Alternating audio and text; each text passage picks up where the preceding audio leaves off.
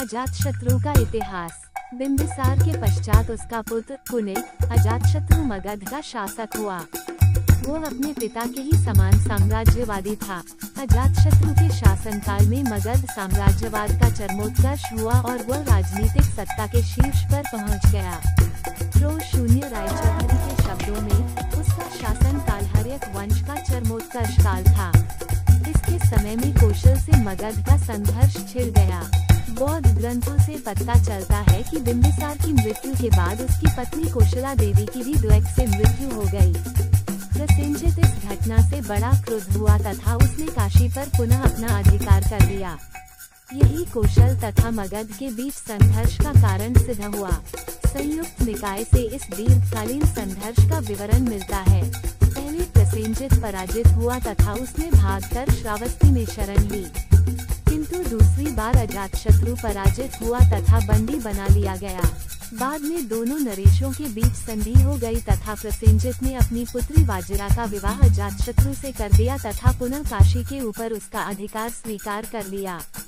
ऐसा लगता है कि अजातशत्रु के समय में काशी का प्रांत अंतिम रूप से मगध में मिला लिया गया। कौशल से निपटने के बाद अजातशत्रु ने वज्जी संघ की ओर ध्यान दिया।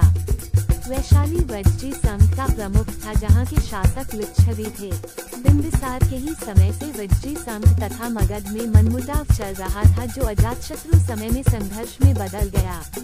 इस संघर्ष के लिए निम्नलिखित कारण उत्तरदायी बताए जाते हैं। एक सुंदर विलासिनी से पता चलता है कि गंगा नदी के किनारे एक रत्नों की खान थी। वज्जी तथा मगध दोनों ने इसके बराबर भाग लेने के लिए समझौता किया था। वज्जियों ने इस समझौते का उल्लंघन करके संपूर्ण खान पर के अधिकार कर लिया। यही मगध के साथ युद्ध का कारण बना। दो जैन ग्रंथ इसका कारण ये बताते हैं कि बिंबिसार ने लिच्छवी राजकुमारी चेलना से उत्पन्न अपने दो पुत्रों हल्ला और बेहल्ला को अपना हाथी सेनाग तथा रत्नों का एक हार दिया था। अजातशत्रु ने बिंबिसार की हत्या कर सिंहासन ग्रहण कर लेने के बाद इन वस्तुओं की मांग की। इस पर हल्ला तथा बेहल्ला अपने नाना चेतक के पास भाग गए। अजातशत्रु ने लिच्छवी सरदार से अपने सौतेले भाइयों को वापस देने को कहा, जिसे चेतक ने अस्वीकार कर दिया। इसी पर अजातशत्रु ने लिच्छवियों के विरुद्ध युद्ध घोषित कर दिया। इन दोनों कारणों में से पहला अधिक तर्कसंगत जान पड़ता है। वस्तुतः मगध तथा वज्जी संघ के बीच संघर्ष गंगा नदी के ऊपर नियंत्रण स्थापित करने के लिए ही हुआ था, क्योंकि यह नदी पूर्वी भारत में व्यापार का प्रमुख माध्यम थी। लिच्छवियों की शक्ति और प्रतिष्ठा काफी बड़ी हुई थी तथा उन्हें परास्त कर सकना सरल नहीं था। जैन ग्रंथ निर्यावल सूत्र से पता चलता है कि उस समय चेतक लिच्छवी गण का प्रधान था। उसने 9 लिच्छवियों, 9 मल्लों तथा काशी कौशल के 18 गणराज्यों को एकत्र कर मगध नरेश के विरुद्ध एक सम्मिलित मोर्चा तैयार किया। भगवती अजातशत्रु सूत्र में को इन सबका विजेता कहा गया है। रायचौधरी का विचार है कि कौशल तथा वज्जी संघ के साथ संघर्ष पृथक घटनाएं नहीं थी, अपितु वे मगध साम्राज्य की प्रभुसत्ता के विरुद्ध लड़े जाने वाले समान युद्ध का ही अंग थी। अजातशत्रु ने कूटनीति से काम लिया। वज्जियों के संभावित आक्रमण से अपने राज्य की सुरक्षा के लिए सर्वप्रथम पाटलिग्राम में उसने एक सुदृढ़ दुर्ग का निर्माण करवाया। तत्पश्चात उसने अपने मंत्री वस्कार को भेजकर वज्जी संघ में फूट डलवा दी। ज्ञात होता है कि इस संबंध में अजातशत्रु ने महात्मा बुद्ध से परामर्श किया तथा उन्होंने ही उसे यह बताया कि वज्जी संघ का विनाश भेद द्वारा ही संभव है। वस्कार ने अत्यंत कुशलतापूर्वक इस कार्य को पूरा किया तथा वज्जियों को परस्पर लड़ा दिया। फलतः वे असंगठित रूप से अजातशत्रु का सामना नहीं कर सके। उसने एक बड़ी सेना के साथ लिच्छवियों पर आक्रमण किया। जैन ग्रंथों से पता चलता है कि इस युद्ध में उसने प्रथम बार रथमुसल तथा महाशिलाकंटक जैसे 2 गुप्त हथियारों का प्रयोग किया। प्रथम आधुनिक ट्रैकों के प्रकार का कोई अस्त्र था जिससे भारी संख्या में मनुष्य मारे जा सकते थे तथा द्वितीय भारी पत्थरों की मार करने वाला शिला प्रक्षेपास्त्र कैटपल्ट था। इससे ऐसा लगता है कि युद्ध बड़ा भयानक हुआ, जिसमें लिच्छवी बुरी तरह पराजित हुए तथा उनका भीषण संहार किया गया। उनका भूभाग मगध साम्राज्य में मिला लिया गया। अब मगध राज्य को उत्तरी सीमा हिमालय की तलहटी तक पहुंच गई।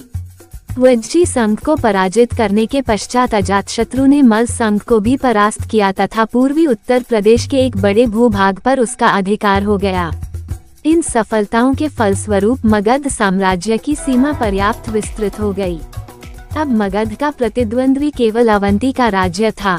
मज्झिम निकाय से पता चलता है कि प्रद्योत के आक्रमण से अपनी राजधानी राजगृह को सुरक्षित रखने के लिए अजातशत्रु ने उसका दुर्गीकरण करवाया। जिस समय अजातशत्रु कौशल के साथ संघर्ष में उलझा हुआ था, उसी समय प्रद्योत मगध पर आक्रमण करने की योजना बना रहा था, किंतु अजातशत्रु तथा प्रद्योत के बीच प्रत्यक्ष संघर्ष नहीं हो सका। इसका कारण संभवतः ये था कि दोनों एक दूसरे की शक्ति से डरते थे। भास के अनुसार अजातशत्रु की कन्या पद्मावती का विवाह वत्सराज उदयन के साथ हुआ था। इस वैवाहिक संबंध द्वारा अजातशत्रु ने वत्स को अपना मित्र बना लिया तथा अब उदयन मगध के विरुद्ध प्रद्योत की सहायता नहीं कर सकता था। ऐसा लगता है कि अब उदयन दोनों राज्यों अवंती तथा मगध के बीच सुलहकार बन गया। अजातशत्रु की धार्मिक नीति उदार थी। बौद्ध धर्म तथा जैन धर्म दोनों के ग्रंथ उसे अपने अपने मत का अनुयायी मानते हैं। ऐसा प्रतीत होता है कि पहले वह जैन धर्म से प्रभावित था, परंतु बाद में बौद्ध हो गया। भरहुत स्तूप की एक वेदिका के ऊपर अजातशत्रु भगवान बुद्ध की वंदना करता है। उत्कीर्ण मिलता है जो उसके बौद्ध होने का पुरातात्विक प्रमाण है। उसके शासनकाल के 8वें वर्ष में बुद्ध को महापरिनिर्वाण प्राप्त हुआ था। महात्मा बुद्ध के महापरिनिर्वाण के पश्चात उनके अवशेषों पर उसने राजगृह में स्तूप का निर्माण करवाया था। उसके शासनकाल में राजगृह की सप्तपर्णी गुफा में प्रथम बौद्ध संगीति का आयोजन किया गया था। इस संगीति में बुद्ध की शिक्षाओं को 2 पिटकों सुत्तपिटक तथा विनयपिटक में विभाजित किया गया। सिंगली अनुश्रुतियों के अनुसार लगभग 32 वर्षों तक शासन करने के बाद अजातशत्रु अपने पुत्र उदयन द्वारा मार डाला गया।